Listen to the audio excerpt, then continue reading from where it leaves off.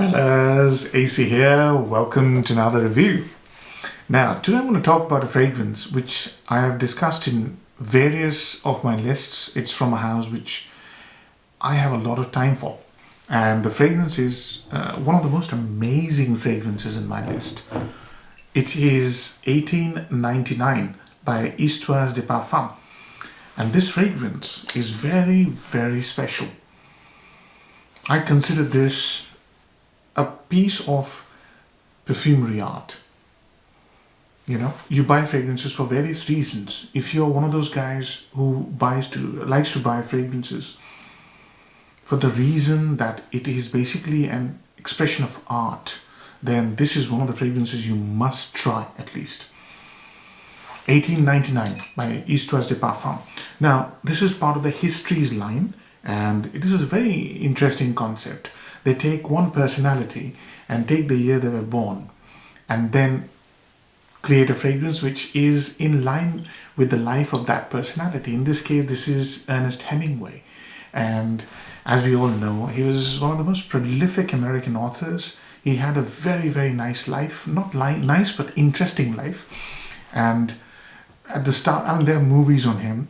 But just to give you a little brief, because this fragrance actually portrays his life in a way. So at the beginning of his life, he was involved in the First World War, where he was a military truck driver, and he met with grievous injuries. And while he was recovering in the hospital, he fell in love with the nurse who was looking after him. And that didn't turn out very happily for him. And he felt, basically he was rejected by the nurse, I believe. And he felt that, and that thing stays with him throughout his life, and he became more and more sort of bitter, if you like, and towards the end of life he became one of the most vile personalities until the day when he shot himself. And this fragrance is trying to show you his life. It doesn't go vile, it doesn't turn into an offensive scent, but it starts off with the exuberance of youth and then sort of tapers off. And I'm going to walk you through all of that. But while I was researching Ernest Hemingway, I chanced upon one of the most amazing discoveries, if you like. So Ernest Hemingway, in his youth, looks like one of the most famous superstars of Bollywood. And he almost I'm going to put both those pictures up for you. Look at the similarities in their faces. I was completely taken aback by how similar they look. And I'd like to digress for a second. So Rajesh Khanna is the name of the person. He's no more. But he is known as one of the first superstars of Hindi cinema, the real superstar. And when he came, late 60s, he took the world of Hindi cinema by complete storm. Women swooned over him. I mean, even now, to this date, women of a certain age can't go past Rajesh Khanna. And he was a charismatic person. His smile, the way he looked, the gaze, they were enough to kill a lot of women. And, it made a huge impression on people. He's most revered. And just a point on one of his cinemas. So one of his movies is called Anand. And Anand is one of the most philosophical movies I have watched. So if you can brave a Hindi cinema, if you like foreign language films, try and watch it. It's on Spotify as well, I believe. And it's about basically a person who's got not long to live. So he's a cancer patient, played by Rajesh Khanna, and his name is Anand. Anand in Hindi means joy. And he has this accidental friendship with his doctor, a specialist, cancer specialist. And it's the story about life after that. And it's a tremendous movie. It touches you deep to your soul. It's one of the most beautifully made movies, and it just shows that ultimately all human beings are connected by the emotion of love. Ultimately, brother to brother, friend to friend, whatever, we are connected by one emotion only, and that is love. Love for fellow human beings. And when you rip out love, in today's world, what you're seeing is, when you rip out love, the opposite of love starts to take hold. And when that happens, a human being is not a human being, right? And that's what we see in today's world. Whatever the reason, we have so many things. We have got so much material progress, so much material success, so many facilities, so much modernity, so much education, so much knowledge. But when you replace love with the opposite of love, society goes into a downward spiral. And that's what we are seeing. And when you watch this movie, and there are many other movies, when you watch this movie, the message hits home. The most binding emotion in this whole universe is love. Whatever shape and form and name you want to give it, but it's actually affection and love for the fellow human being. And that's, I think, what we should all strive for, rather than the opposite. So that was my observation on one of the most beautiful movies I've ever watched. It was so resoundingly obvious to me. I thought I'll just put it. That will make the video a bit longer, but I'm sorry about that. I think you'll enjoy it though. So let's talk about 1899. 1899. Now,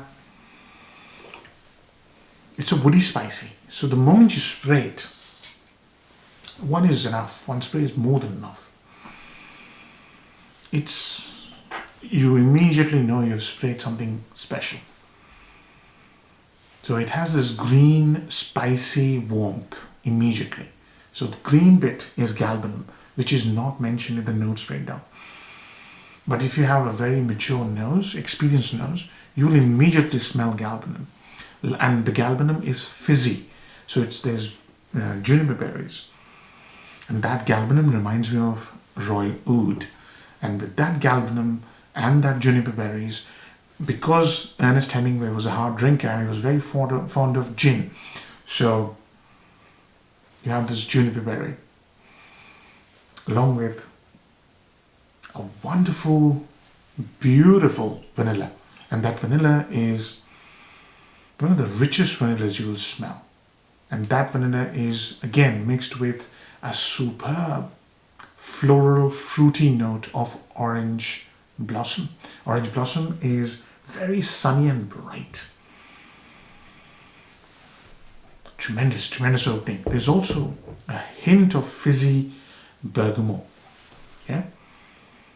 Wow, this fragrance is just charismatic. It's a very, very unusual and very unique opening.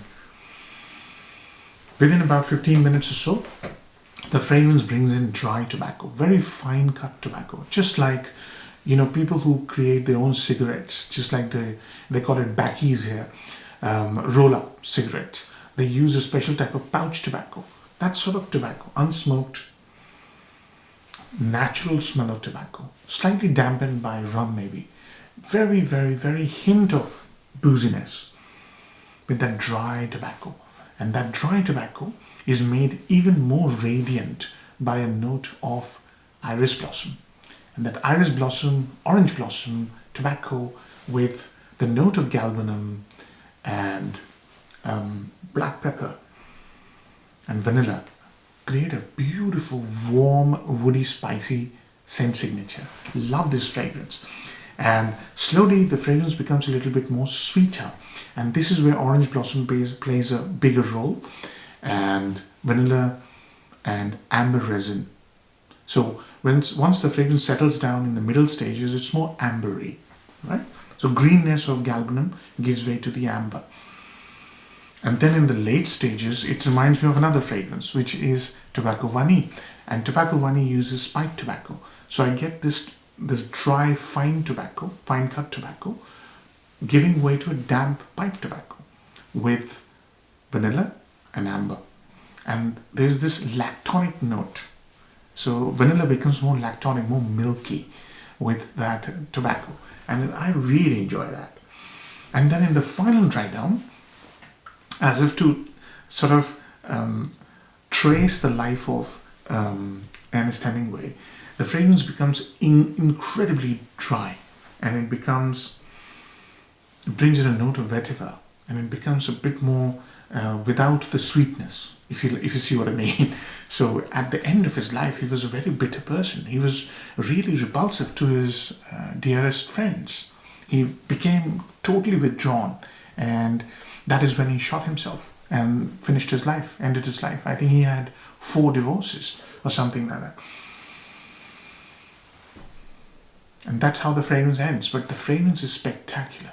It's dry in the end with the fine tobacco note of smoking tobacco, pipe tobacco, with vanilla, with amber, with vetiver, and the orange blossom.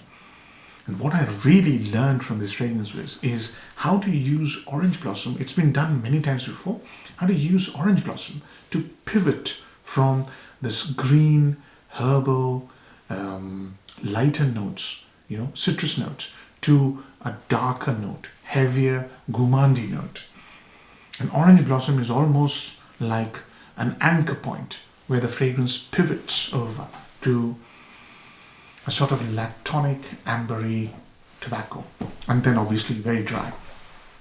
It's a fantastic example of masterful perfumery. So I did not tell you the name of the perfumer, because the name of the perfumer is the owner of the house. It is Gerald Gillane, and this came out in 2013. And this came out a year, I'll tell that in the ups and downs or pros and cons. But he's created this fragrance, and he's an artist. He's created most of the fragrances of this house, almost most of the fragrances. And this is one fragrance which I'll always remember as one of the best from Gerald Gillane. The fizziness of juniper berries, the warmth of orange blossom, the richness of tobacco, the beautiful hues of amber and vanilla to create this warmth. It's a stunning fragrance. So, upsides and downsides. It's a masterpiece. It's an art in a bottle. The number one upside. The moment you spray this fragrance, if you're an experienced nose, you will immediately know you sprayed something very, very special on your wrist. That's the number one upside. Number 2, the way the fragrance takes completely opposite notes and create this symphony. And there are many, many layers. When the season changes, you will smell something different. Your body chemistry is different, you'll smell something different. It is one of those shape-shifting fragrances that gives you a different experience in different seasons. Number 3 is how versatile this fragrance is. You can wear this to any occasion you can think of apart from clubbing. So work, interview, your friend circle, your first date, your regular date. It smells absolutely stunning in all those occasions. The only time I wouldn't wear this fragrance is when I want to go clubbing. It doesn't have the clubbing vibe. Downsides. Now, the number one downside of this fragrance is that this is very similar to 2 fragrances, 2 or 3. Number 1, it's very similar, and it came after Spice Bomb. I've reviewed Spice Bomb, and people who have smelled Spice Bomb before will think nothing of this. Fortunately for me, I did not smell Spice Bomb first. I smelled this fragrance first, and I think very highly of this fragrance. So that's number one downside. And the other fragrances that this fragrance will remind you of is Rehab, Initial. Now, I haven't tried Rehab yet. I will. And the third one is when it's, that lactonic vanilla and tobacco, the pipe tobacco smell. That reminds me of Tobacco Vanille. But Tobacco Vanille, fortunately, is much, much more expensive than this. So those are the 3 fragrances it reminds you of. So, it's familiar if you have those fragrances. So that's the number one downside. Number 2 downside is that lack of projection. All the fragrances I mentioned, Spice Bomb doesn't have a huge amount of projection. Tobacco Vanille is probably slightly better in performance. But this fragrance doesn't project much. It's a skin scent almost. But only after the first half an hour. But the smell that this is, the beauty of the scent, is the most amazing skin scent. It's a fabulous fragrance. So those are the two downsides. Lack of projection. It is very important to some people. It doesn't bother me very much. If it really bothers me, I'll put one on my shirt. Because I put more than 2 or 3 sprays, it starts to nauseate me because it's a very rich smell. So let's talk about performance. Longevity, probably 10 plus hours, quite easily. Projection, for first half an hour, it projects a lot, and then it comes closer to your skin. Trail, it leaves a fantastic trail because quality materials are very high. So if you spray at the back of your shirt, 2 sprays, if you want others to smell you, you will be leaving a superb trail, and it smells absolutely amazing. So that's the performance done. Seasons, autumn. Autumn is the best season to wear this, but because of the notes, the late dry down, you could wear this in any season apart from, I would say, summer, daytime. I wouldn't bother. Spring, it doesn't really belong to spring, daytime, but if you're really craving it, you can. Winter, daytime, yes. Nighttime, yes. But it smells the best in autumn. It just flows with the autumnal season. It smells absolutely amazing. So, season's done. Compliment factor, massive.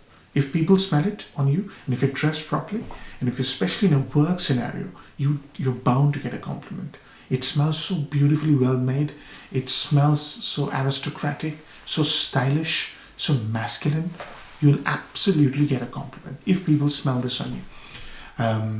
Age groups, slightly mature. So 30 plus, 30 plus probably is the right sort of age group. Or if you have slightly mature taste, ever so slightly mature.